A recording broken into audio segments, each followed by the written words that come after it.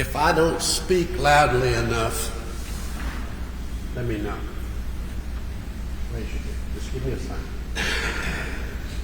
Let's review the timeline again because they're leaving a lot out. The Spence baby was born, the Carpenter baby, Enola, was born on July the 23rd, 2022. From that day forward, Jeff Spence and Karen Spence, either both of them or one of them, was in Tippah County, Mississippi, helping Caitlyn learn how to be a new mother, taking care of the baby. I think Karen Spence was here almost the entire time, the entire 4 months. And Jeff would be here and go back, take care of their place in Virginia, come back, go back, and did that for that entire 4-month period. On November the 29th, that's a Tuesday, they both returned to Virginia. And that's a 10-hour drive. Unless you drive going a lot faster than you should. That's 10 hours. They left about 3 p.m. That's in evidence. 3 p.m. on Tuesday the 29th.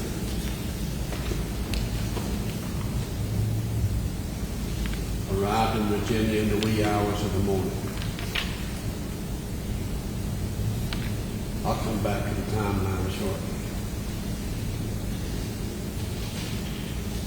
Jeff opened the bank box on the 2nd of December, I'm sorry. He opened another bank box on the 12th.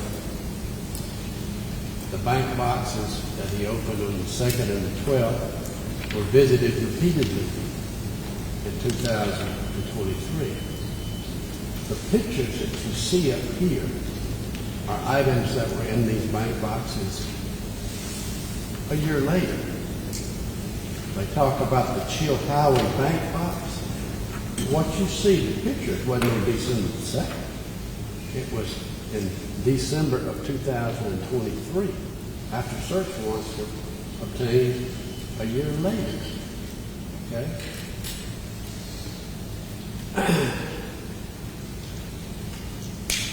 The government claims, I told you when we started, the government claims things that they can't prove. They can't prove that Jeff Spence was in Mississippi on November the 30th, 2022. They can't prove that he was at Carpenter home. They can't prove that he did anything. There's no proof. No hard proof. There's nothing. No scientific evidence. Nobody saw him. He came all this way, did all this stuff, and nobody saw him. Now, on November the 30th, which is Wednesday, he was, in fact, with his wife at their home. And bear in mind now, they haven't been together in this home at that point for 4 months. She's been here in Mississippi. He's been coming and going. This is their first night, their first dinner as a couple in their own home in 4 months. Now, how do we know he's there? Well, 2 reasons. Number one, Karen and Caitlyn have a text exchange. We all know what that is. We've got a cell phone. You write back and forth. I do it with my daughters at night. You know, just casual, checking in sorts of emails.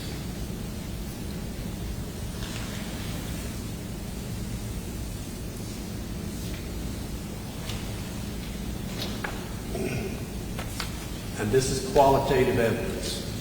You don't have to have it notarized. You know how I came into possession of this? Just so you know how this whole system works.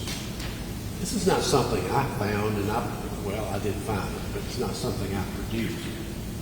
This is the product of what's called discovery in a lawsuit, in a court case. Discovery, that means giving information. And you know where this information was obtained? By them. This came from them. This text message from between Caitlyn and Karen came from the government. You know, when you get arrested, trust me, law enforcement types want your cell phone. They love your cell phone. They love to go through it and see what they can find. And that's what they did in this case. This is what they do in every case. They get your cell phone, they get a warrant to go into it, they go into it, and you've heard the word dump it, they dump it, extract it, dump it. And this produces information. It produces information. And the information that they produce, and they didn't know I would find it. When I get the phone dump, it's thousands. It's not just, oh, look here. I have to go digging for this. I guess they thought I wouldn't find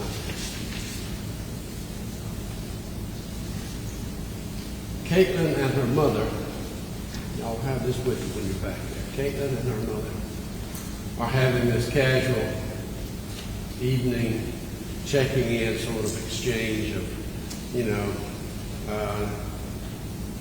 what's for dinner? Sure did enjoy seeing Noah.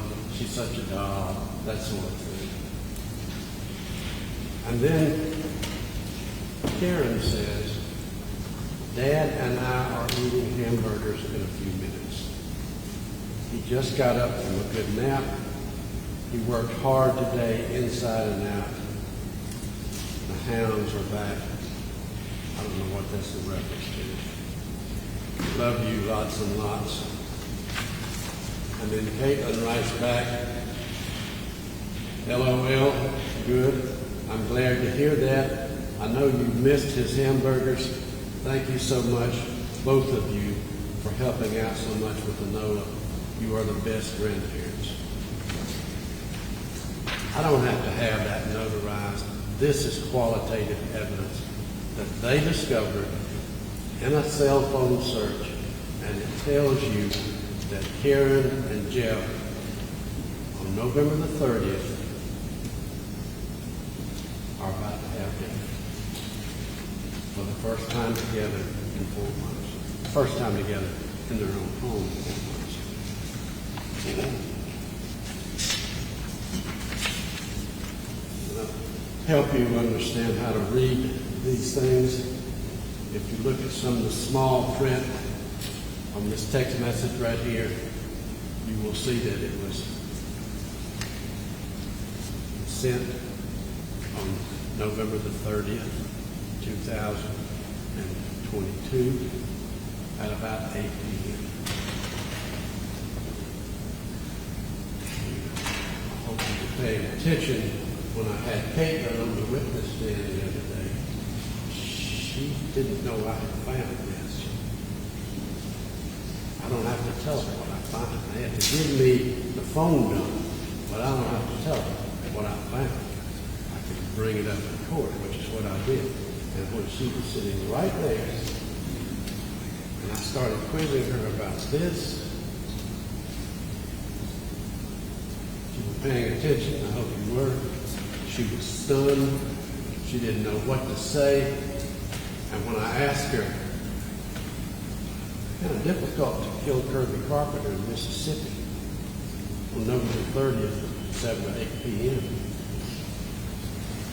and be in Saltville, Virginia having a hamburger dinner at the same time. Isn't it, Caitlyn? Isn't it? Difficult.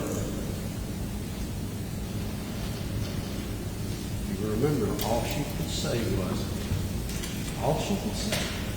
this is a quote. That's what it said. The only retort to my question of how do you explain killing somebody in Mississippi and being in Saltville having dinner with your husband? Well, that's what it said. And that's what it says. She didn't need this waterfall confession. Waterfall confession never happened. This is Caitlyn Spence is up to her eyeballs in all this. I'm not sure you'll ever give her full truth. And she knew she was up to her eyeballs in all this. She was the first one investigating. She was the first one to lawyer up. And what she did in April of this year is get herself some relief. And you don't get relief from the government just because you want some relief from the government. You got to give them something. And so she makes up this story about a waterfall confession, wanted to hear it from her father. And she knew on November the 30th, 2022, exactly where her father was, exactly where he was on November the 30th, 2022. Because on that day, she was communicating with her mother about hamburger dinners they're fixing to have. And then Caitlyn says, I know you've missed his hamburgers. She knew where her father was on November the 30th, 2022. She didn't have to go ask him. It never happened. She's making it up. That's well, you know, what got Jeff Spence arrested initially was a statement from this guy named David Barnes.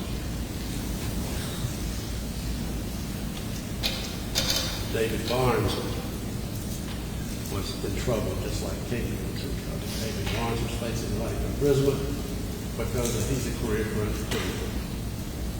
And he went and gave a statement in 2023, a year after the time frame that we're talking about with Kirby. He went and gave a statement to Chris McAllister about something he heard at the funeral. Well, Caitlyn, you heard her say, I asked her about that. Something that Caitlyn said to him at Kirby's funeral. And Caitlyn says, that's a lie. It never happened.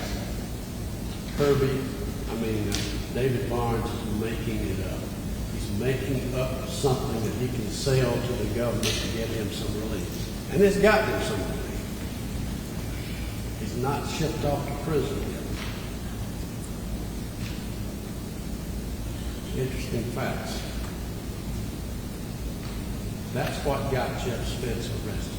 David Barnes' statement in November 23. Well, what David Barnes did in November 23, trying to get himself some relief from law enforcement, is exactly the same thing that Caitlyn Spence did at the waterfall. She's making it, nothing happened at the waterfall. She's making it up. She's making it up to be as plausible as possible. She didn't have to go ask where her father was on that day, on that night, November 30th.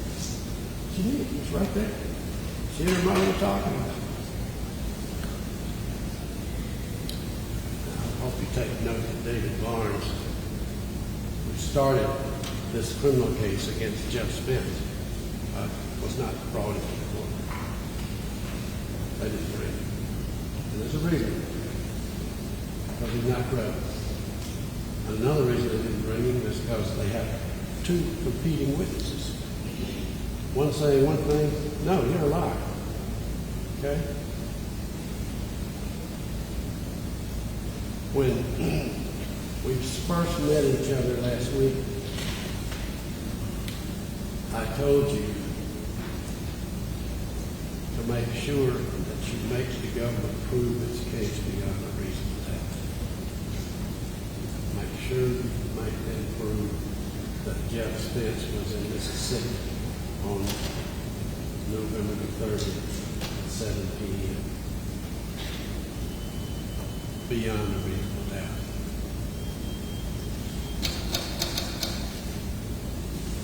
Following the timeline further, they want you to believe, I told you, that they concocted this theory that Jeff went to Mississippi and Virginia, came back to Mississippi, did the deed, went back to Virginia, with no proof. There's no proof of any of that. None. Zero.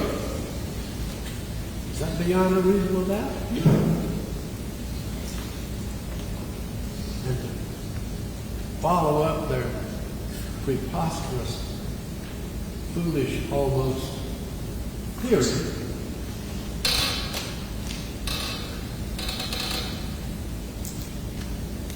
they create this almost impossible allegation that we left Mississippi in the afternoon of the 29th, drove all the way to Virginia, turned around the next day and drove all the way back to Mississippi, and then turned around and went all the way back to Virginia. Now look, they're saying that he drove 30 hours over the course of 36 hours. He left Mississippi 3 p.m. on the 29th. Drove 10 hours. He got to Virginia in the wee hours of the morning. He turned around and drove back to Mississippi. That's another 10 hours. It would be from 3 p.m. on the 29th to 3 p.m. on the 30th would be 24 hours. Right? That's a day. 24 hours. Kirby is supposedly killed at 7. That's 4 more hours. And then we turned around and drove back. And that's another 10 hours or so. They're saying he drove 30 hours in 36 hours. 30 hours and 36 hours. That's over 2,000 hours. Now, what makes their theory of his conduct even less believable is that, you know, the evidence is that Kirby was a very independent-minded sort. Lived life on his terms.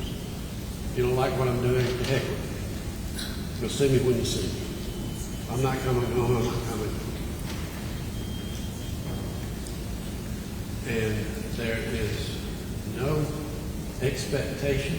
Jeff is going from Mississippi, Virginia, back to Mississippi, and he is just coming back to Mississippi on the hunch that he might encounter this man. I'll just drive to Mississippi and see if I can run into him. Well, who in the world is going to do that? It makes no sense. It's foolish.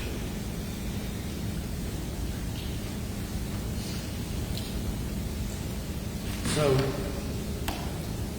the notion that we did that is not plausible. It's not credible.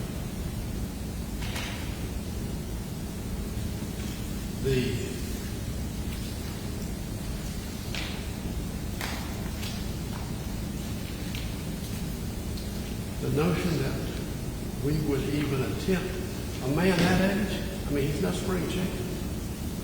And I see some younger folks in this jury box, y'all might be able to pull that off.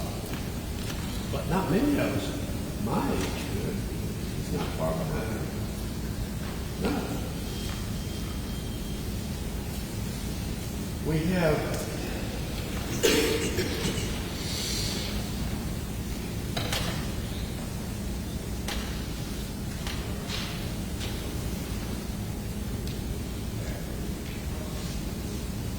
several items to talk about.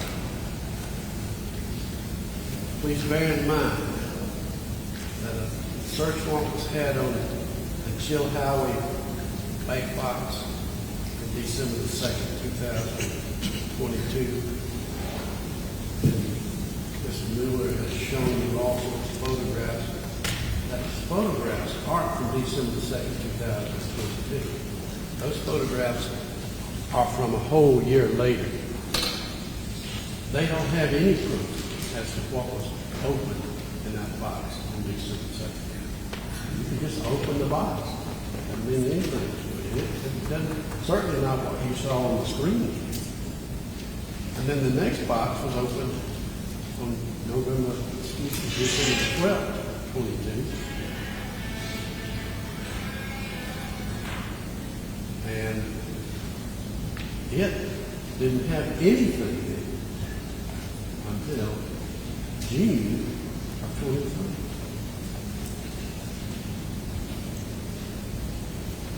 Jill Howie box was visited 4 times in 23.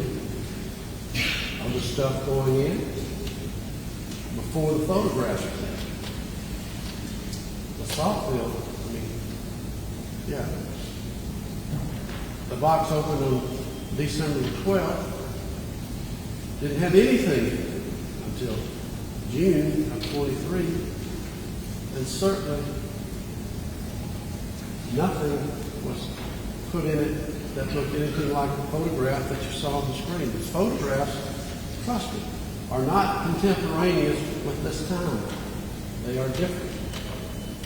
They are not contemporaneous at all.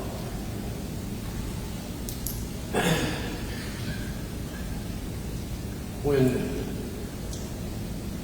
we bring a witness in, Caitlyn, who hasn't even seen these people in 7 to 8 years, hasn't even seen them, and they're going to use her testimony as some sort of convincing evidence. She hadn't been around Jeff Spence, Karen Spence, our sister Caitlyn Spence. She hadn't been around the entire family for a year. And she's so full of hate and vengeance, I'm pretty sure they don't care.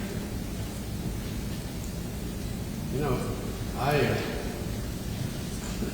she lost me when she told y'all that her mother's illnesses were a matter of convenience. That when her mother needs an excuse, she's got health problems. A matter of convenience. If that's the least respect you can show your mother, I think you don't want to talk to me. And I'm damn sure I don't believe it.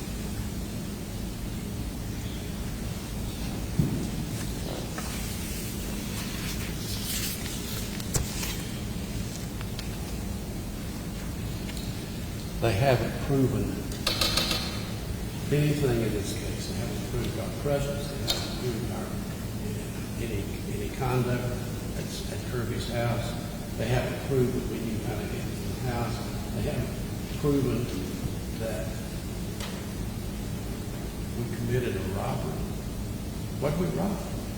They haven't proven any robbery. They haven't proven anything. They haven't proven that there was any attempt to go into Kirby's safes in the house. No damage, no attempt, nothing broken, no locks picked. From the November the 30th supposed murder, about the murder when Jeff Spence.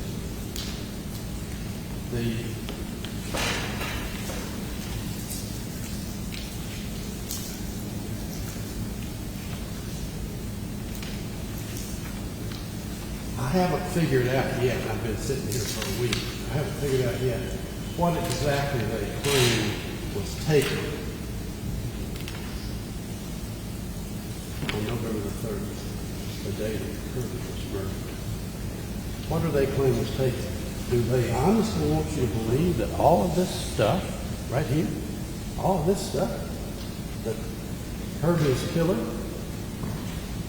killed him at 7 o'clock, and loaded all this up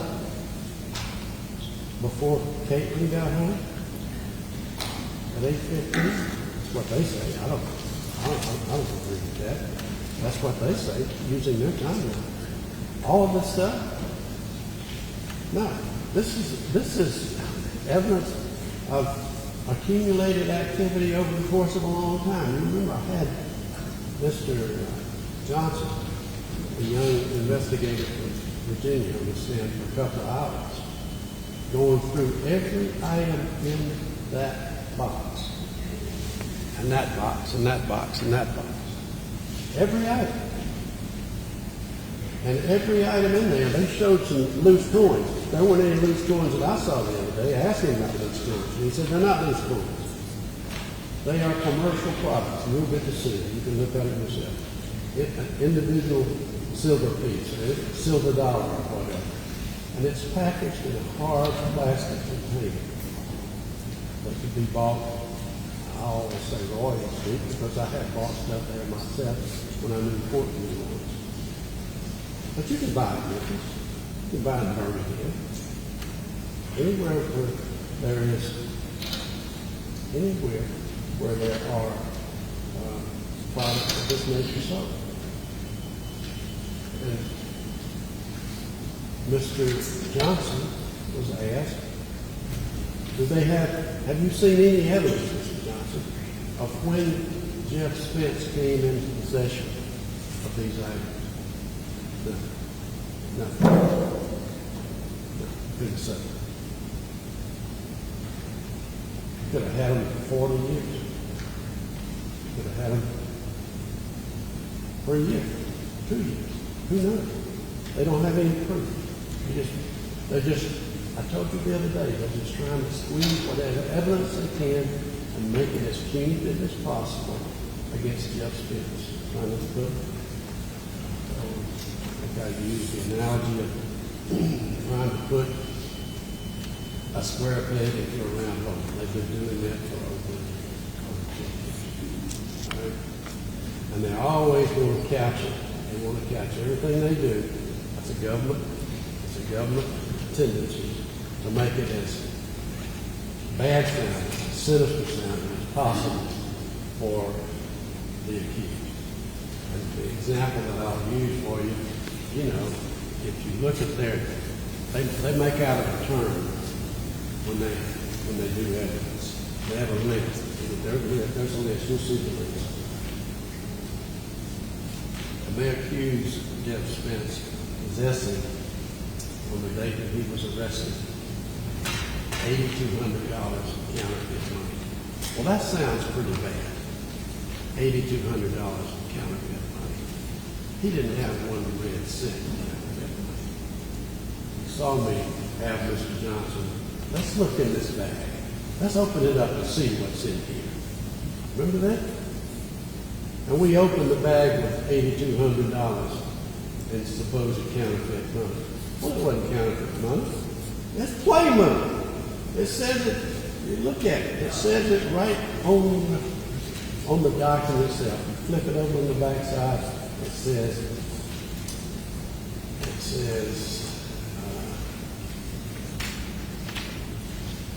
prop.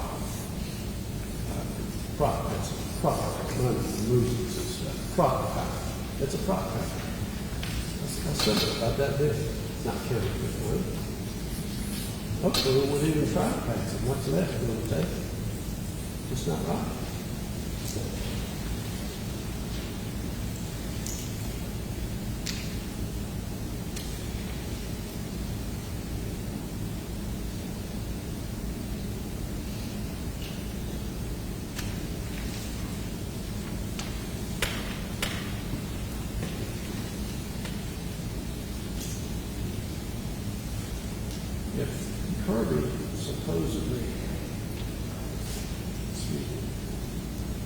If Jeff supposedly brought pills that Caitlyn said was brought, why would they never find it? It didn't happen. Caitlyn's just making stuff up to protect herself. Caitlyn's making stuff up to shift the blame. Caitlyn's making stuff up to earn her freedom. She's free. She's out. She is a free person with her daughter. They say I blame her. I might have done it myself, but that doesn't mean she gets to pass it off to somebody else, which is what she's trying to do.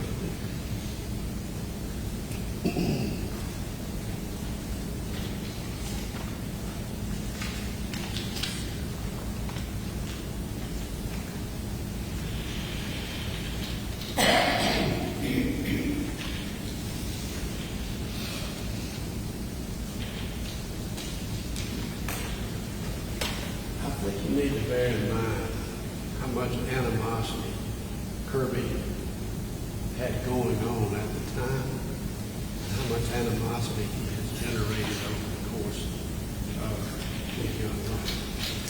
How many people wanted to do him harm? How many people threatened to shoot him in the face? Not just shoot him in the face. How many people wanted to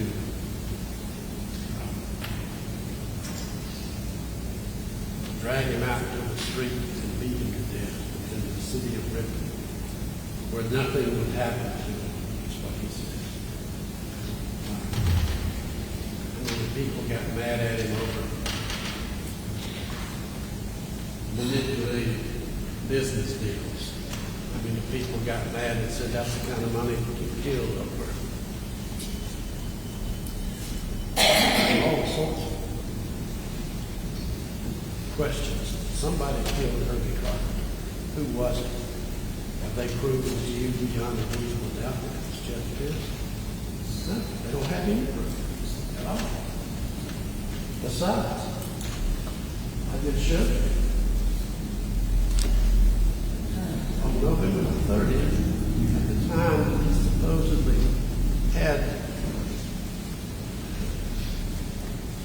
supposedly was in Mississippi to do this deed. He was at home in Virginia with his wife, and she is telling the daughter that, and daughter knew it when she went to talk to her, or claimed she went to talk to her husband, or her father. And what year was it? 23 or 23? April of 23, June of 23. No, it just didn't happen. The government wants to direct your attention to some other specific facts, like a shotgun found in a house in Virginia. What's so big about that? There's no connection. There's no evidence at all connecting that gun to Mississippi. None. Zero. It's just another example of trying to make the evidence. Let's see if we can make it. And how many people own a shotgun? I own 5 of them. So there's nothing wrong with owning a shotgun. Nothing wrong with putting it wherever you're going to put it, back in whatever you're going to do. We approach her.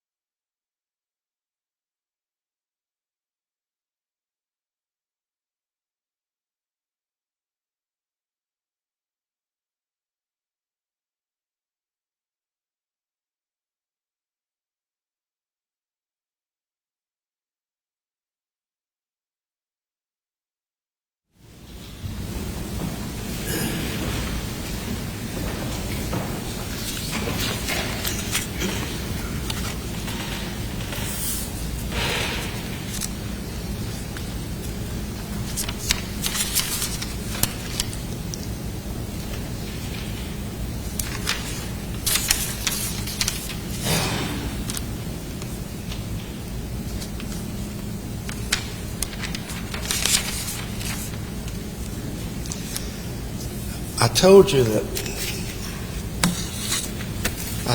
that you should pay particular attention to Caitlyn Spence and her effort to get out of trouble and whatever she said about her father, and analyze these facts carefully as to her. Kirby was a drug dealer, and she was right there with her. Okay.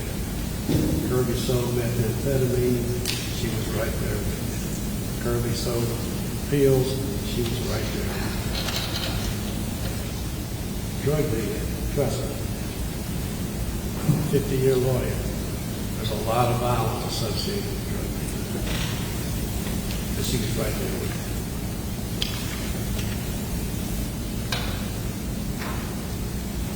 You know, going to Virginia, driving back to Virginia.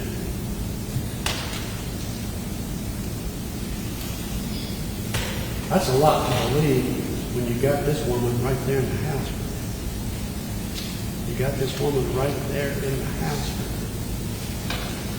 And not only do you have her right there in the house with you, but they had a history that wasn't always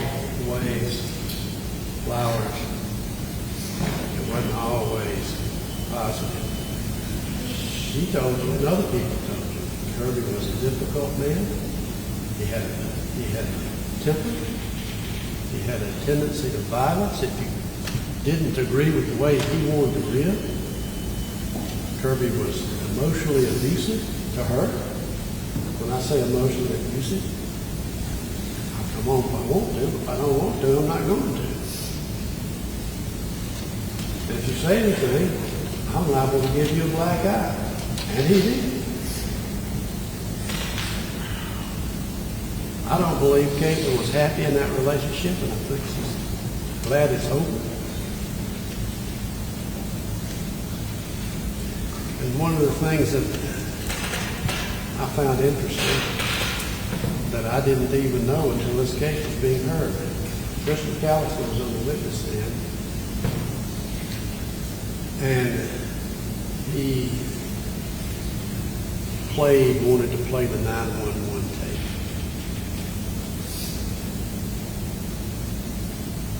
And you heard after the dispatch answers the phone, answers the 911 call, then we have a very emotional, crying, upset young woman. And Chris suggested to you that was an act. And I suggest to you that it was an act for her to cover her own interest here. Remember what Chris said. A 911 call is recorded. It's recorded before it's answered. And when that 911 call was made, Caitlyn wasn't crying before the phone was answered. She wasn't upset before the phone was answered. She was upset when she acted upset when the dispatch said, hello, or what's your emergency? That's when the crime started. In that space of time between making the call and it being answered, there was nothing. Caitlyn was manipulating the situation. Caitlyn was trying to deflect attention away from herself, just like she's done with this supposed waterfall story. It doesn't hold water in view of her discussions with her mother on the night of November 30th, 2022. Dad and I are fixing to have a hamburger supper at the same time that Kirby's supposedly being killed. It just doesn't wash. Doesn't hold water.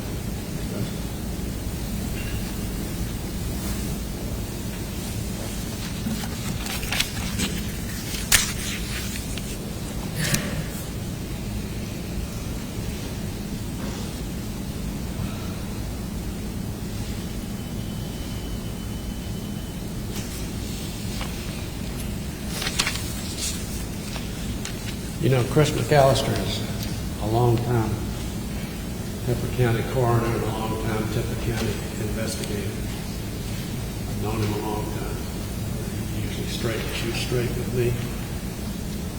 And I think he shot straight in some areas, but basically in this case.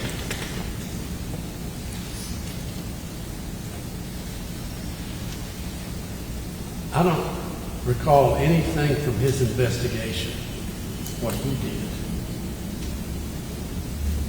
that in any way connects Jeff Spence to here, to this case, to this murder on November the 30th, 2022.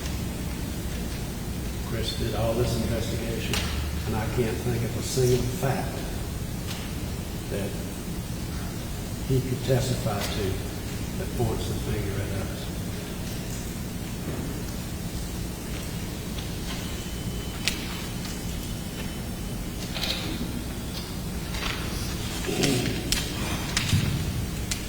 There's no connection between cameras. There's no connection. There's no proof of any connection between surveillance cameras. There's no proof of any connection concerning any sync module. There's no proof of any connection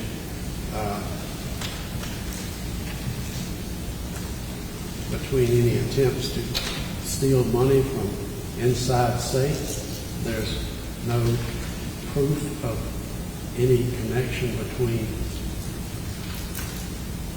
any supposed hard evidence, scientific evidence, forensic evidence. All we've got here is theory and everything they can do to make whatever they find fit that theory.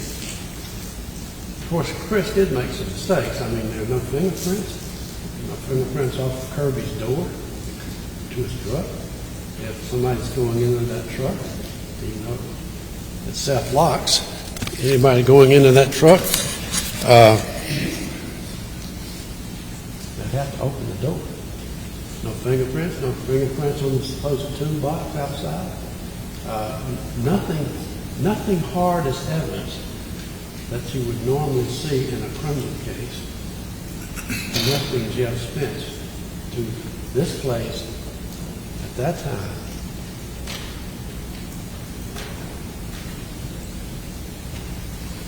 That day, that time, nothing.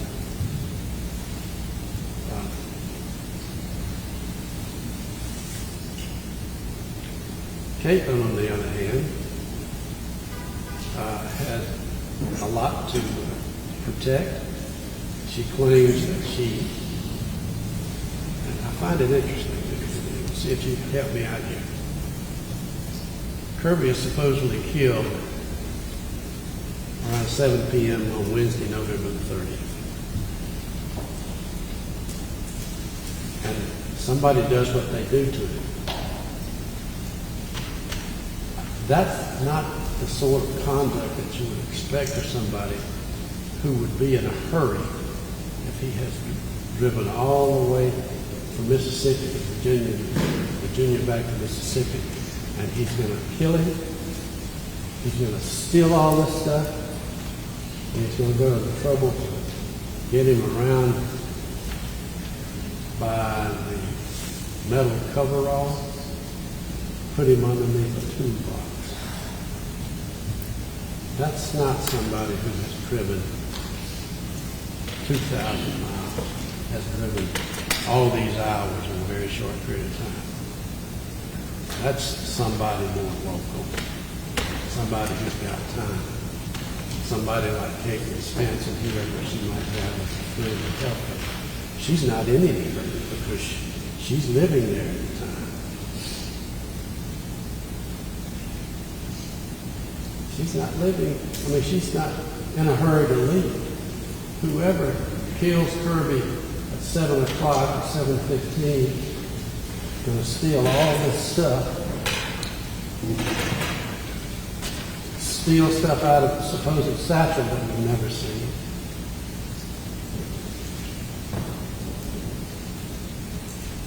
He's not going to be hanging around. If they were, wouldn't she see him when she gets there a little after 8 from Boone?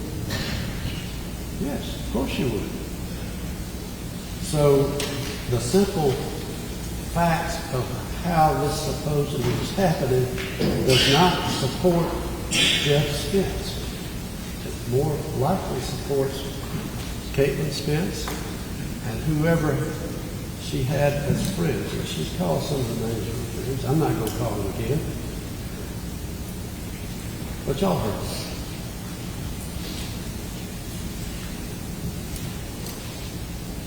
She's protecting herself and somebody else. And she's sacrificing her father in the process.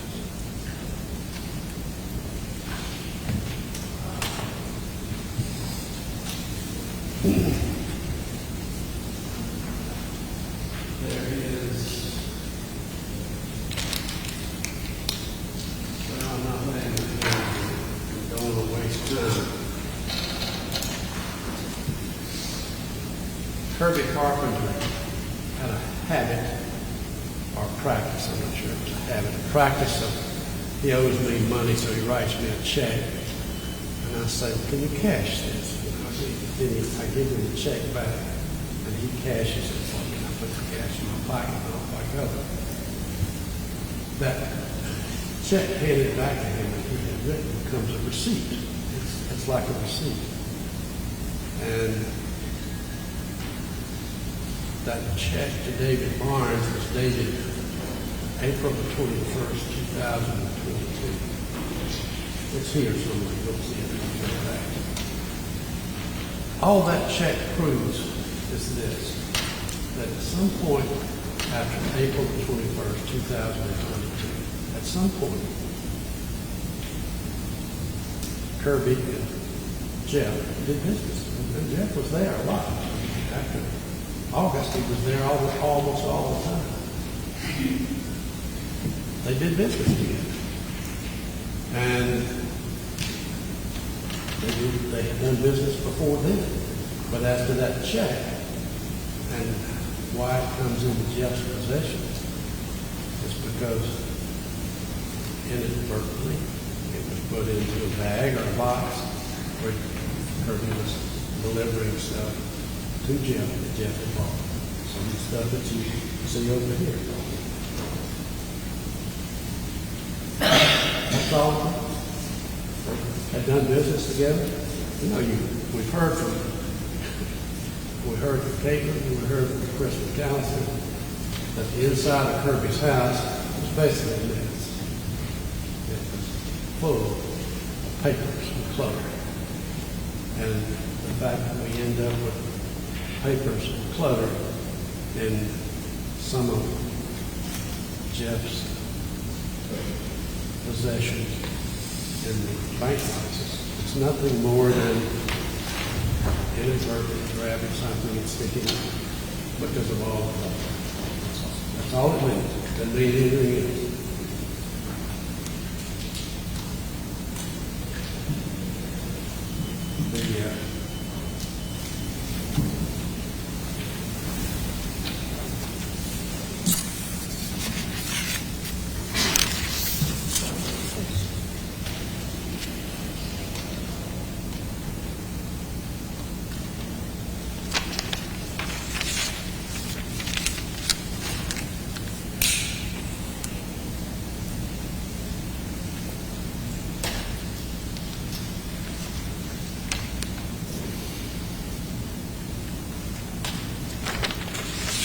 There is no connection between anything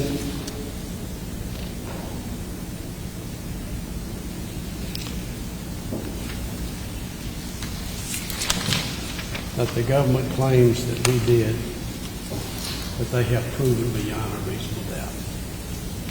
There is none.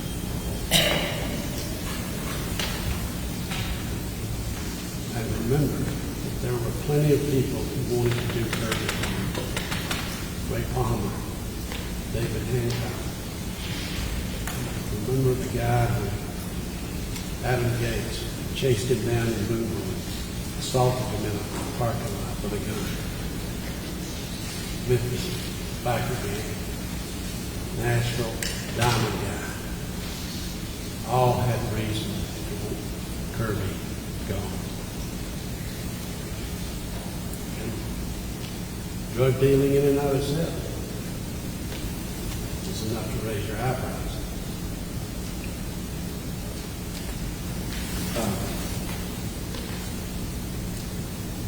The government tries to they try to lend credibility to Caitlyn's supposed waterfall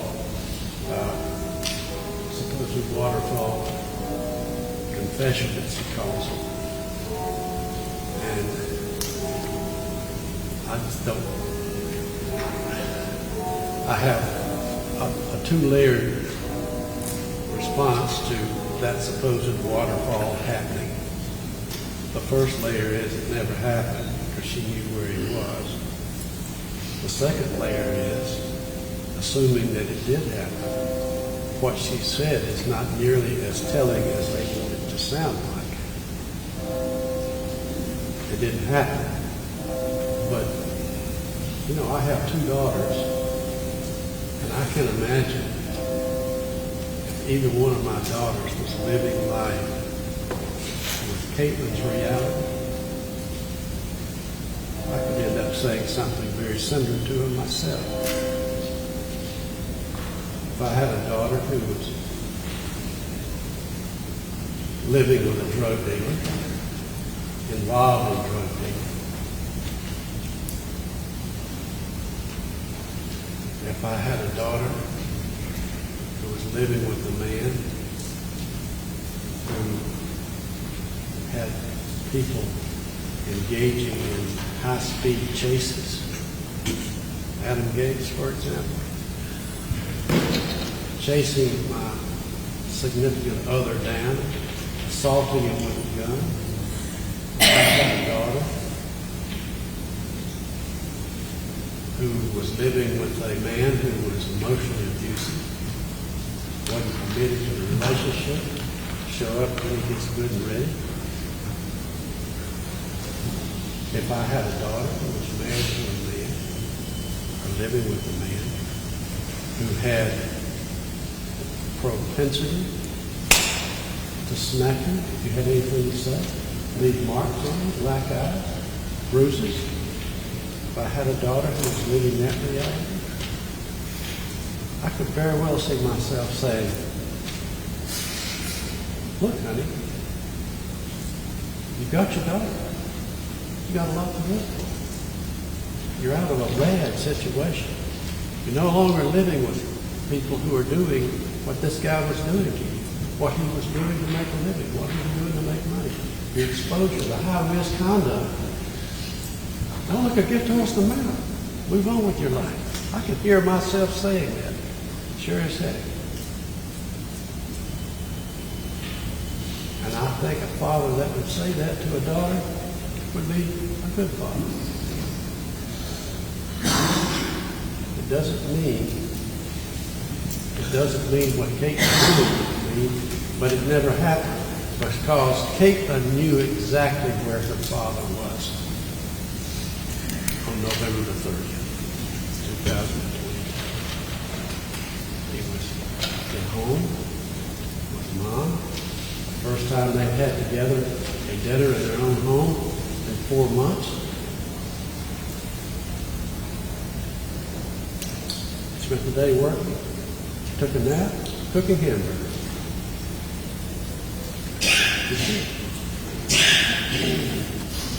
You'll see it right here. This is digital proof. Your cell phone, that little guy follows you around. And he's recording evidence when you don't think it's recording. It follows you around, recording evidence.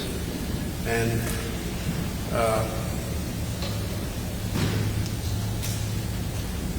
to the extent that Caitlyn says, or they want to make out like Caitlyn says she can't get in touch with her father on November 30th. Batteries is broken, whatever. This little guy's not to be denied. And I don't, if that were in fact the case, Let me tell you what happens. Let's assume that my battery's broken. And you can't call me because my phone's not working. It's not answering. Or let's assume that, like I do every Friday night, I turn the dadgum thing on. It's off. Well, it's off only to an extent. Because if this little guy is not really everywhere, if you're calling me and my battery's broken, and you leave me a message, and you call me again and leave me a message, those messages don't go into outer space. When this phone is powered back up with a battery, or I turn it back on, you know what happens to those messages? You got 100. They come flooding in. They come flooding in. They're not gone. They come flooding in. And if Caitlyn called her dad on November 30th, and now when she believed there's something sinister's going on because I couldn't get in touch with him. If you left a message, it comes through when the phone is batteried up or turned back on. And we don't have any such evidence because it didn't happen. She's just trying to bolster her claim. They're trying to bolster their evidence. They're trying to make stuff better.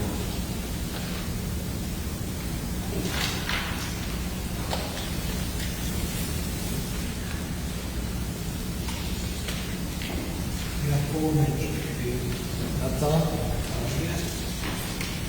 Thank you.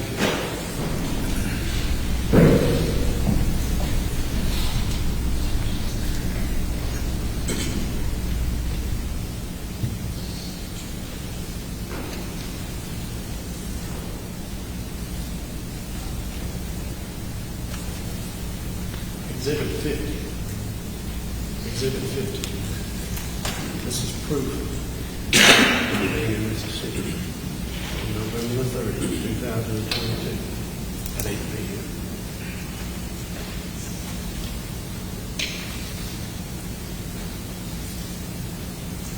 And this is nothing more than foolishness, playfulness, foolishness between a parent and a daughter. That's all it is. There is no assassination, never will be. There is no business if they're in together. This is just foolishness. And don't be misled by it.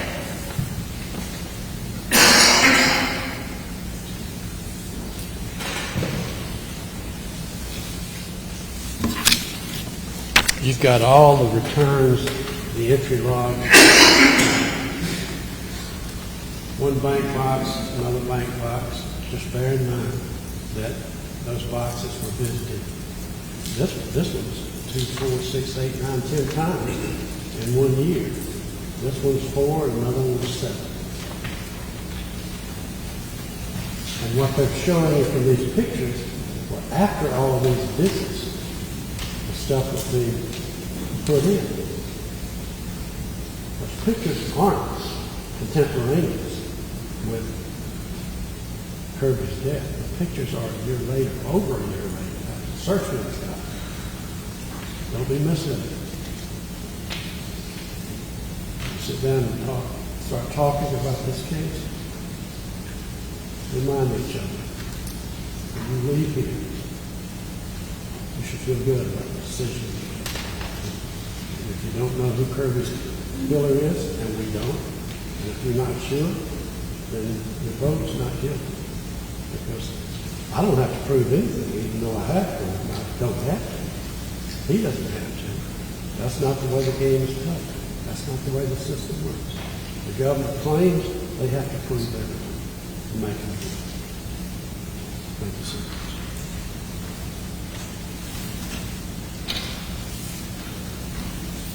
I'm done. All right.